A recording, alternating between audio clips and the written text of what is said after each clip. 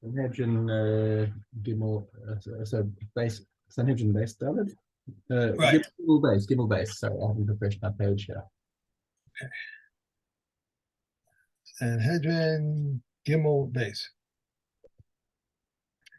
If he declared to him, my father is acceptable to me, or your father is acceptable to me, or the 3 cattle herders are acceptable to me, Reb Meir says he can retract. But if we come and say he cannot retract, if he was under an obligation of oath to another and he said, vow to me by the life of your head, Reb Meir says he can retract. The Chachamim, however, say he cannot retract.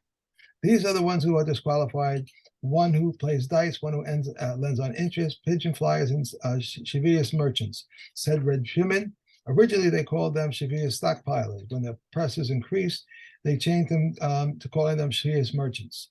Said Reb Yehuda, when they have no other trade, but if they have another trade, they are qualified.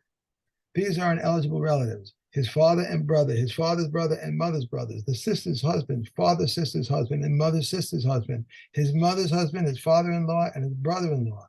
They, their sons, and their son-in-laws, and his stepsons alone. Said Rabbi Yossi, this is the Mishna of Rabbi Akiva, but the original Mishna stated his uncle and his uncle's son, and all who are eligible to inherit him. This applies to all who were related at that time, and if he was related and then became unrelated, he is eligible. Rabbi Yehuda says even if his daughter died and he has children from her, he is a relative. Okay. Right, Mishna, hey, Ohev Vasone, somebody who is a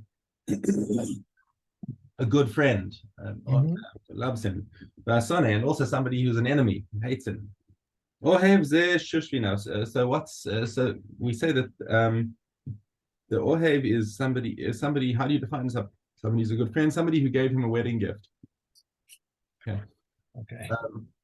So that's the Shushvin is considered ineligible to judge him on anything. So you can't sit on the base din. Sone kol shelo diber imo shlosha yamim be'ava.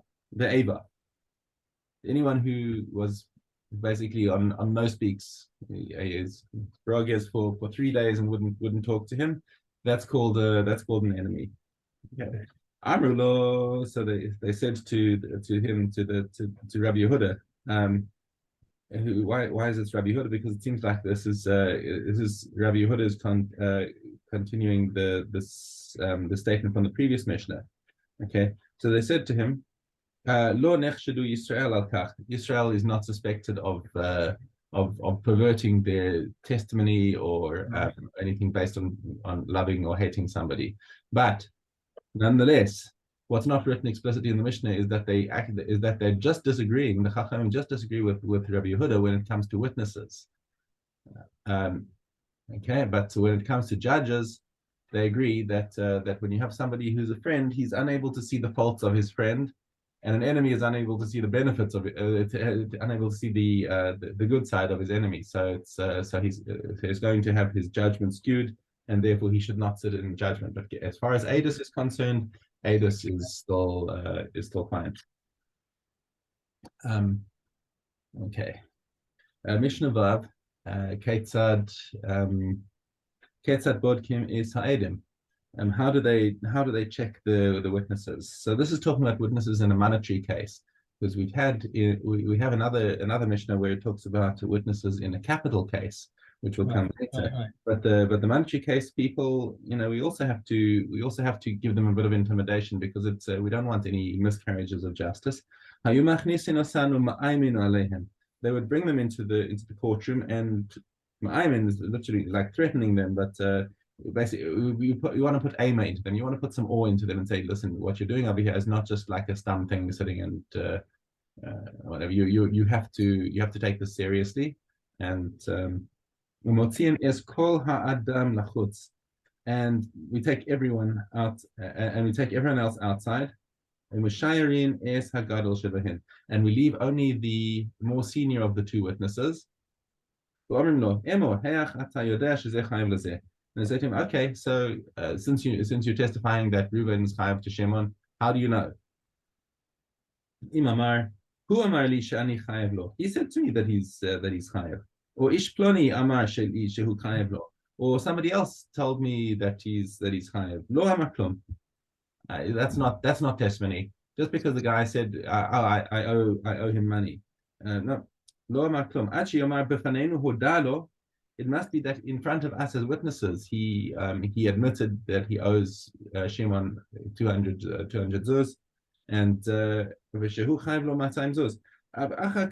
Okay, so it's got to be something where, otherwise it could just be that when he's saying, I owe him a lot of money, he could just be trying to get a charity collector off his back, saying, I owe so much money, I can't give. Right? That's not. It's got to be a formal thing where he makes a declaration and says, yes, I owe Shimon money because Shimon just lent me money. It must have been intentional that he got the witnesses to come and witness the loan. Then they take him out, and the reason why they separate them obviously is that they shouldn't listen to each other's testimony and learn from each other how to lie. Okay.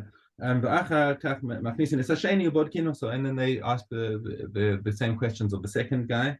And if their words correspond to each other, if they corroborate each other, right, then they remove the witnesses and the litigants from the room, and they have a discussion among just the dayanim about what to do about the case. If two people say he's not guilty or he's they find in favor of the defendant, then he's zakai. Then if they say he has to pay, then if it's two against one in either direction, it's then the verdict is done. Because in monetary cases, you just need a simple majority. Echad omer zakai ve'echad omer chayav ve'afilu shnayim mezakin or shnayim chayvin ve'echad omer eni odea. So if one of the judges says, I don't know, doesn't matter. Even if the other two said yes or the other two said no, you're missing somebody who's casting a vote, and therefore you're sifu hadayan. And then we have to start adding judges onto the case until we have a clear majority of judges who will say yes or no. Okay, and we'll deal with how they add judges later on in the Mishnah. Okay, Mishnah Zayin Gamru Esadavar. So once they've come to their verdict, so they bring the litigants back into the room.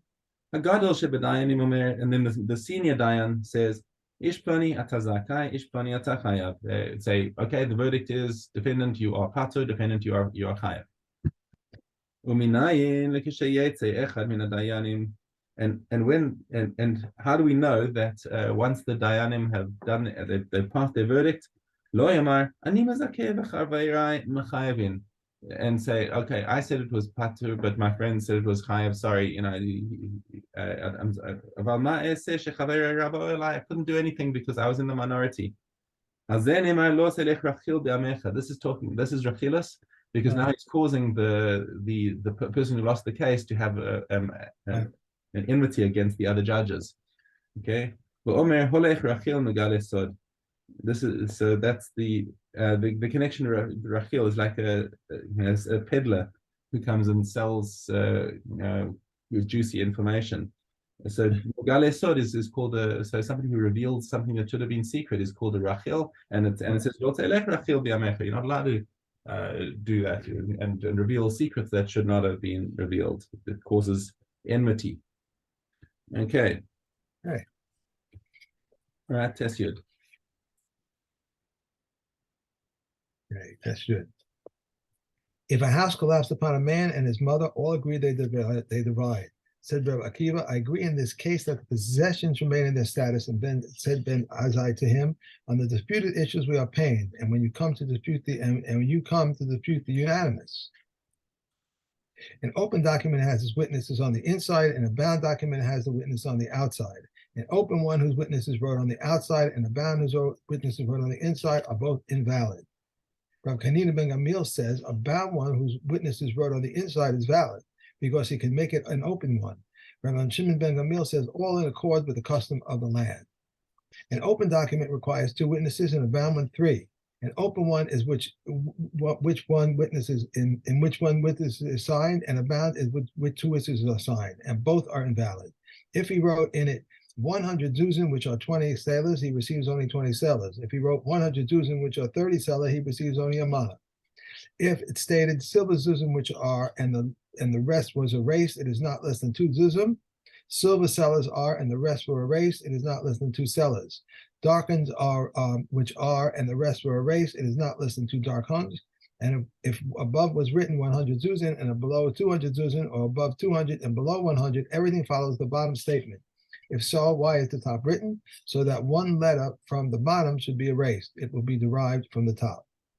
We may write That's it. it. That's 3. That's it. That's it. Right. Okay.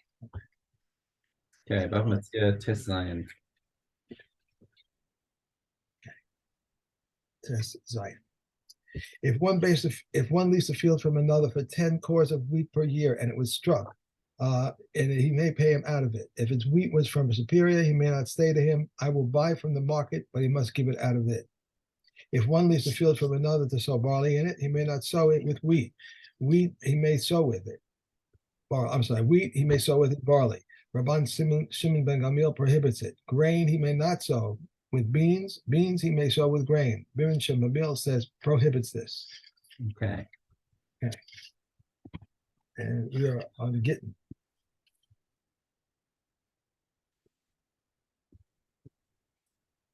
Gimel Zion. Okay. One who lends money to a Kohen or a Levi or a poor person on the condition to separate from their portions and instead they separate and instead on the assumption that they are alive, and he need not be concerned that the Kohen or Levi may have died or that the poor person may become wealthy. If they died, he must obtain permission from the heirs. If he lent them before the court, he need not obtain permission from the heirs. One who puts aside produce to separate truma and tithes with them, or money to separate the second tithe with them, may separate with them on the assumption that they are still in existence. If they were lost, he must be cautious regarding a period of 24 hours. These are the words of Reb Elazar ben Shamu. Reb Yehuda says at 3 points in time, the wine must be examined. At the time of the east wind, which is after the festival, with the emergence of the budding berries, and at the time that liquid enters the unripe grapes. If one sent a get to his wife and encountered an agent after him, and he said to him, that get I gave you is void, it is void.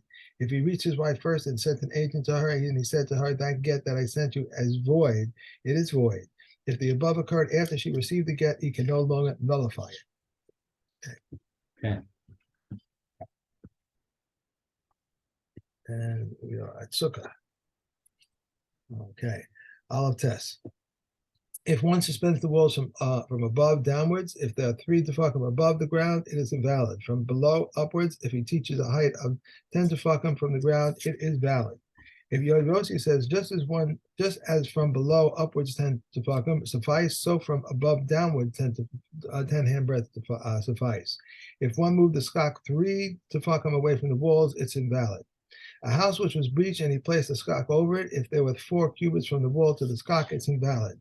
This implies to a courtyard that is surrounded by a portico, a large sukkah that they ring with material that we may not use for skak. If there were 4 cubits beneath it, it's invalid. If one makes a sukkah like a conical hut, or he leaned it against the wall, Reb Eliezer invalidates it since it has no roof, but the Chachamim declare it valid. A large reed mat, if made to lie on, is susceptible to contamination, and we may not use it for skak. If for shade, we may use it for skak, and it is not susceptible to contamination. Reb Eliezer says whether the mat is small or large, if you made it to lie on, it's susceptible to contamination, and we may not use it for skak. If for skak, we may use it for skak, and it's not susceptible to contamination. Brachas. Okay. Gimel Aleph. Base Aleph. Someone was reading the Torah and the time of recital arrived. If he set his heart to it, he has discharged his obligation. If not, he has not discharged his obligation.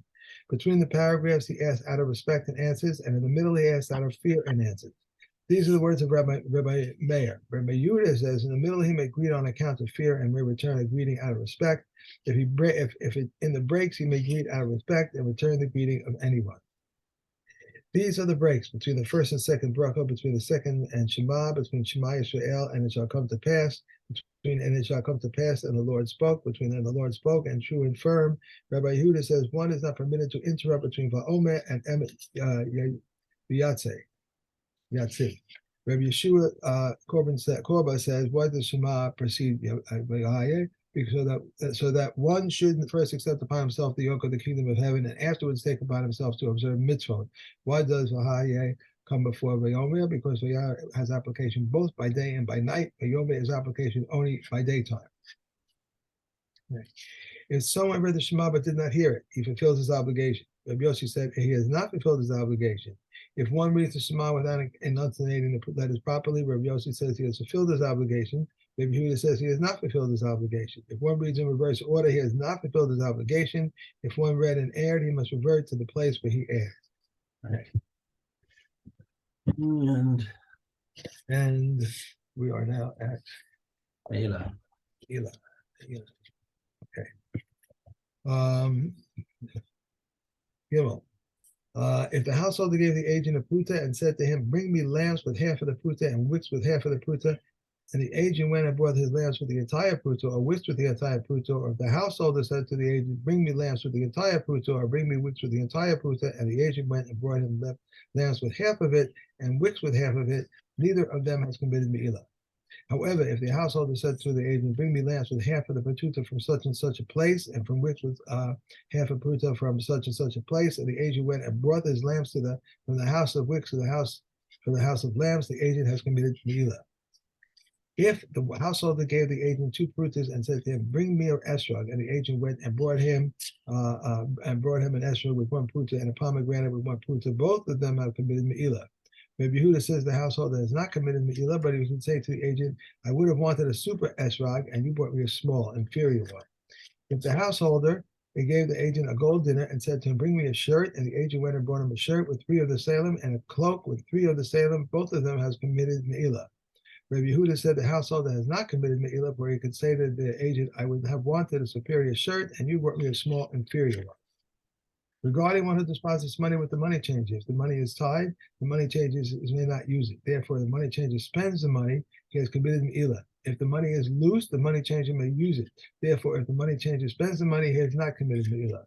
If the money is deposited with a householder, whether tied or loose, he may not use it. Therefore, if he spends the money, he has committed me'ilah. A storekeeper is likened to a householder. These are the words of the mayor. And Rabbi Yehuda says a storekeeper is likened to a money changer. Okay, that's it. All right, we're going on to where are we going on to after Tamid. I'm sorry. Tomorrow is Tamid. No, Tamid tomorrow. Yeah, Tamid. Okay, tomorrow. All right, I will.